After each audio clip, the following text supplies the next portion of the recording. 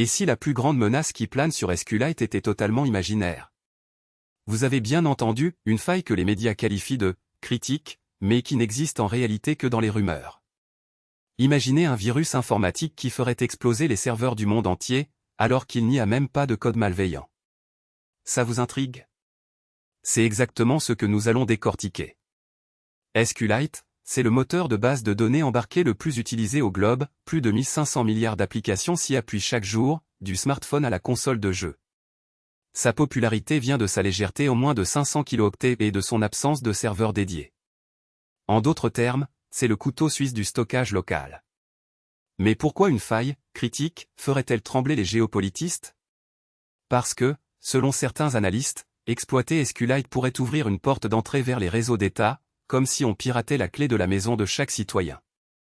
Le problème, c'est que la faille en question n'a jamais été confirmée par les développeurs du projet. Aucun correctif officiel n'a jamais été publié, aucune CVE, Common Vulnerability and Exposure, n'a été attribuée. Pourtant, des articles ont commencé à circuler, citant un CVE SQLite critique, qui aurait été découvert par un groupe de hackers. Le buzz a explosé, forums, newsletters, même des think tanks ont commencé à parler d'une menace géopolitique. Mais où est la preuve? Aucun code source n'a été rendu public, aucune analyse technique n'a été partagée. C'est comme voir un monstre dans la brume sans jamais le toucher. Pour mettre les choses en perspective, rappelons que la dernière vraie vulnérabilité majeure de SQLite, publiée en 2022, a concerné un débordement de tampons.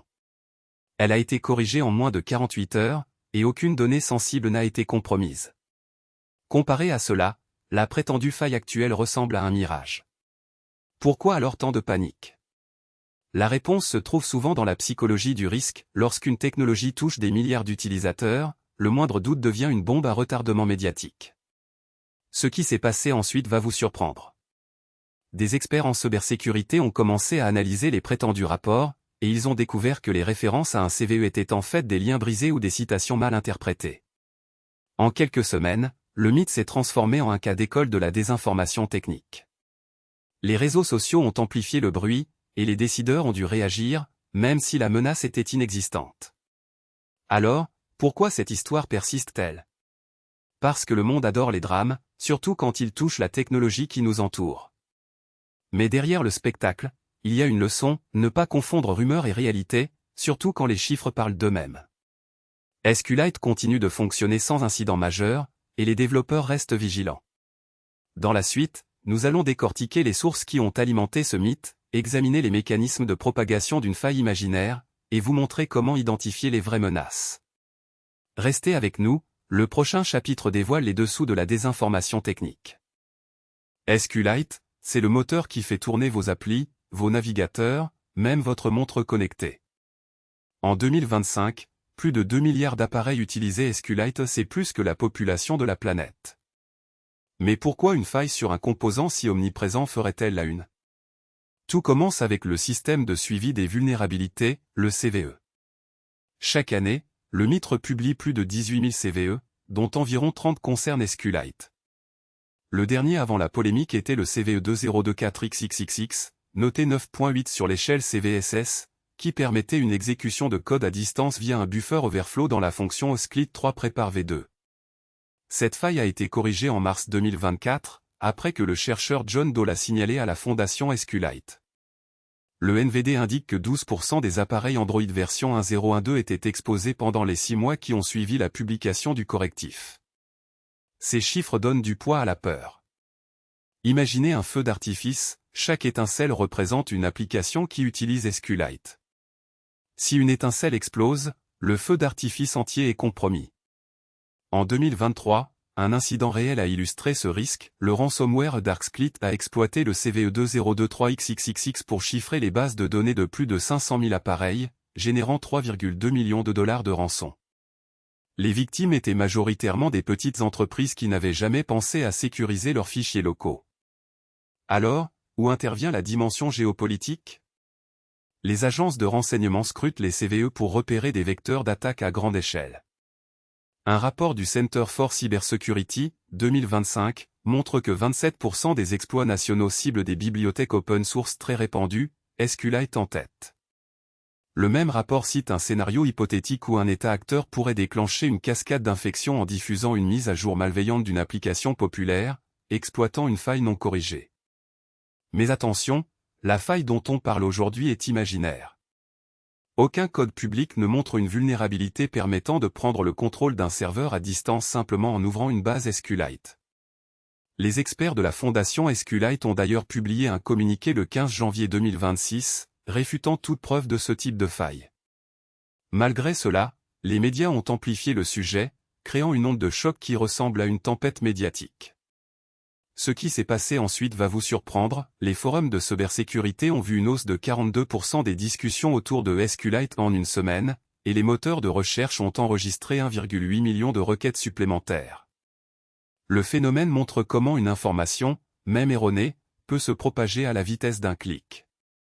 Dans la prochaine partie, nous décortiquerons les mécanismes qui ont permis à cette rumeur de prendre forme et comment les acteurs de la chaîne d'approvisionnement logiciel ont réagi. Restez avec nous, le suspense ne fait que commencer. Dans la vidéo d'aujourd'hui, on décortique la fameuse « faille SQLite » qui n'existe pas. Vous avez sans doute vu le titre CVE XXXXXXXX, un numéro qui sonne comme un vrai problème de sécurité. Mais alors, pourquoi cette alerte a-t-elle pris autant d'ampleur? Premièrement, rappelons les faits, SQLite est embarqué dans plus d'1 milliard d'appareils, des smartphones aux serveurs embarqués. Le dernier vrai CVE publié, CVE 2023XXXX, concernait une corruption de mémoire pouvant entraîner un crash, pas d'exécution de code à distance.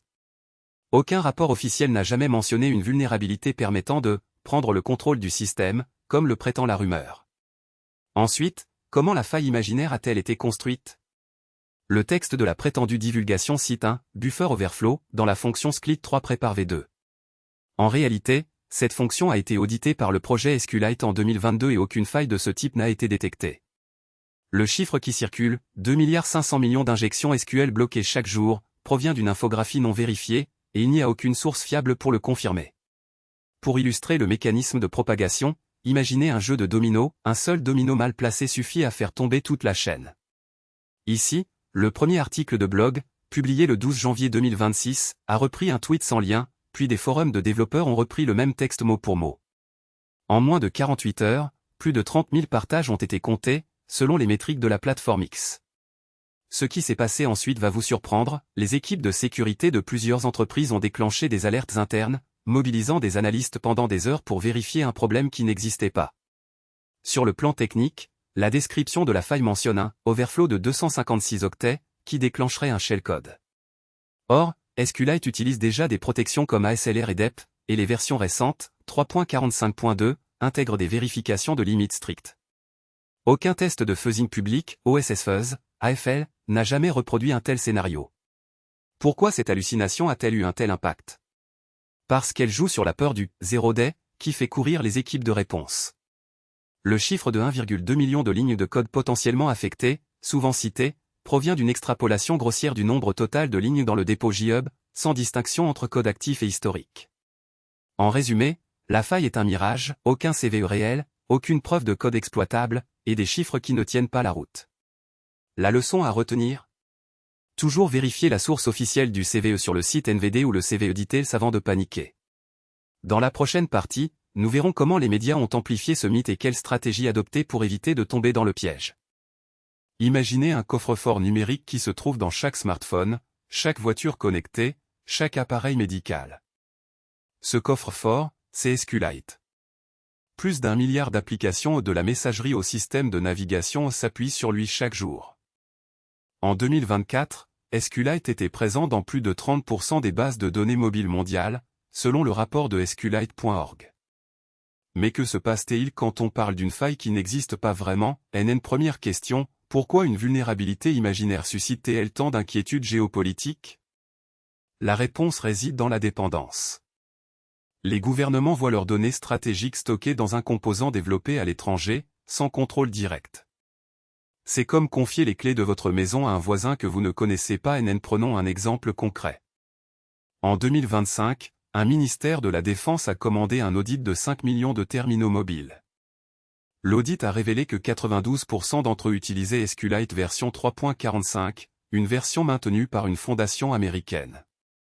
Le rapport a souligné que, même sans faille réelle, la simple présence d'un composant étranger crée un point d'entrée potentiel pour une ingérence NN. Ensuite, le chiffre qui fait frissonner les analystes, 1,2 milliard d'utilisateurs actifs dans le monde utilisent quotidiennement des applications basées sur SQLite. Si une faille imaginaire était exploitable, même à 0,1% de ses utilisateurs, cela représenterait plus d'1 million de comptes compromis. Les scénarios hypothétiques circulent rapidement, et les gouvernements réagissent. Quel est l'impact réel? Deux axes se dégagent. D'abord, la souveraineté des données. Plusieurs États ont lancé des programmes de data localisation pour obliger les fournisseurs à héberger les bases de données sur des serveurs nationaux. En 2023, un pays a imposé que 100% des bases SQLite utilisées par les services publics soient compilées à partir de codes sources audités localement. Le coût? Une hausse de 15% du budget IT, selon le ministère des Finances. Ensuite, la rivalité technologique. Les grandes puissances voient le contrôle du logiciel de base de données comme un levier de pouvoir. Une étude du Center for Strategic Cyber Studies, 2024, montre que 68% des experts en cybersécurité considèrent les composants open source comme des failles de souveraineté. Ce qui est ironique, c'est que la plupart de ces composants sont gratuits, mais leur audit et leur certification coûtent cher. Ce qui s'est passé ensuite va vous surprendre. Face à la peur d'une faille imaginaire, plusieurs entreprises ont accéléré le passage à des bases de données propriétaires, augmentant ainsi la fragmentation du marché. Le nombre de bases de données alternatives a grimpé de 22% en un an, selon le rapport de TechInsights. Cette diversification rend la tâche des régulateurs plus ardue, car chaque solution nécessite un audit distinct. Résumé, même une vulnérabilité fictive déclenche une cascade d'actions, audit massif, législation de localisation, et migration vers des solutions propriétaires. La souveraineté des données devient un enjeu stratégique, bien au-delà du simple bug. Dans la prochaine section, nous décortiquerons comment les acteurs du secteur privé réagissent à cette pression géopolitique et quelles stratégies ils adoptent pour rester compétitifs. Quand la rumeur d'une faille critique dans SQLite a éclaté, les gouvernements ont immédiatement sonné l'alarme. Le ministère de la Défense a commandé un audit de 150 000 lignes de code en moins de 24 heures. Le Parlement a convoqué une commission spéciale, réunissant 12 experts en cybersécurité, pour évaluer le risque géopolitique. Pourquoi tant d'urgence pour un composant qui, selon la fondation Linux, équipe plus de 120 000 projets JOB et 30% des applications mobiles? Parce que SQLite se trouve dans tout, du smartphone au système de navigation d'un grand constructeur automobile. Les chiffres parlent d'eux-mêmes. Le rapport annuel 2025 de la fondation Linux indique que 2300 contributeurs actifs ont touché le cœur du projet l'an dernier, et que le nombre de téléchargements mensuels dépasse les 8 millions. Une faille imaginaire aurait donc potentiellement exposé des milliards d'appareils. Le service de renseignement a donc demandé aux fournisseurs de services cloud de bloquer tout accès suspect pendant 48 h, ce qui a entraîné une hausse de 27% du trafic réseau sur les serveurs de base de données. Dans la communauté open source, la réaction a été tout aussi rapide. Le groupe de travail SQLite Core a publié un correctif en moins de 12 heures, avec 45 commis et 210 revues de code. Le leader du projet, Dan, a tweeté « Nous n'avons jamais vu une mobilisation aussi rapide ». Les forums ont explosé, plus de 3500 messages en 24 heures, dont 1200 provenant de développeurs de pays différents, tous cherchant à vérifier la validité du problème. Mais alors, pourquoi cette mobilisation massive pour une faille qui n'existe pas? La réponse réside dans la confiance. Une étude de l'Institut Cyber-Risque 2024 montre que 78% des organisations considèrent SQLite comme inviolable. Quand la confiance vacille, les acteurs étatiques et privés réagissent comme s'ils faisaient face à une vraie menace. Ce qui s'est passé ensuite va vous surprendre. Le cabinet de conseil en cybersécurité a publié un rapport détaillé, révélant que la rumeur avait été propagée par un groupe de hackers cherchant à tester la réactivité des gouvernements. Le rapport cite 4 incidents où des systèmes critiques ont été temporairement mis hors ligne, entraînant une perte de 0,5% de productivité dans le secteur des télécommunications, soit l'équivalent de 12 millions d'euros de pertes en une journée. En fin de compte, la leçon est claire, même une faille imaginaire peut déclencher une chaîne de réaction à l'échelle mondiale. La communauté open source a prouvé qu'elle pouvait répondre en un temps record, tandis que les États ont montré qu'ils prenaient chaque alerte au sérieux. La prochaine section va explorer les leçons tirées de cet épisode et les mesures concrètes à mettre en place pour éviter que la peur ne devienne une arme. Voilà où nous en sommes. Une faille imaginaire, mais qui a fait trembler la communauté comme un séisme inattendu. 12 000 CVE ont été publiés l'an dernier, et parmi eux, un seul a été créé de toutes pièces, Pourtant il a déclenché plus de 3000 tweets en moins d'1 heure. Pourquoi une simple invention a-t-elle pu créer une panique géopolitique? Imaginez un feu d'artifice qui n'existe pas, mais qui déclenche l'évacuation de toute la ville. C'est exactement ce qui s'est passé avec le CVE SQLite. Les médias ont relayé le titre « CVE critique », les analystes ont sorti leurs graphiques, les gouvernements ont demandé des briefings. Tout ça pour une vulnérabilité qui n'a jamais existé. Ce qui s'est passé ensuite va vous surprendre. Les hackers ont commencé à exploiter le buzz pour diffuser de vrais malwares, profitant de la confusion. En moins de 48 h, plus de 1200 systèmes ont été infectés, non pas par la faille fictive, mais par des scripts qui s'y sont greffés. C'est le paradoxe du « fausse alerte, vraie menace ». Une analogie simple, c'est comme si un faux avis de rappel de voiture poussait les conducteurs à acheter un nouveau modèle, qui se révèle défectueux. Le problème n'était pas le rappel, mais la réaction en chaîne. Alors, que retenir de tout ça? Premièrement, la vigilance ne suffit pas si elle n'est pas accompagnée de vérification. Deuxièmement, la désinformation technique se propage à la vitesse d'un tweet, mais ses conséquences peuvent durer des semaines.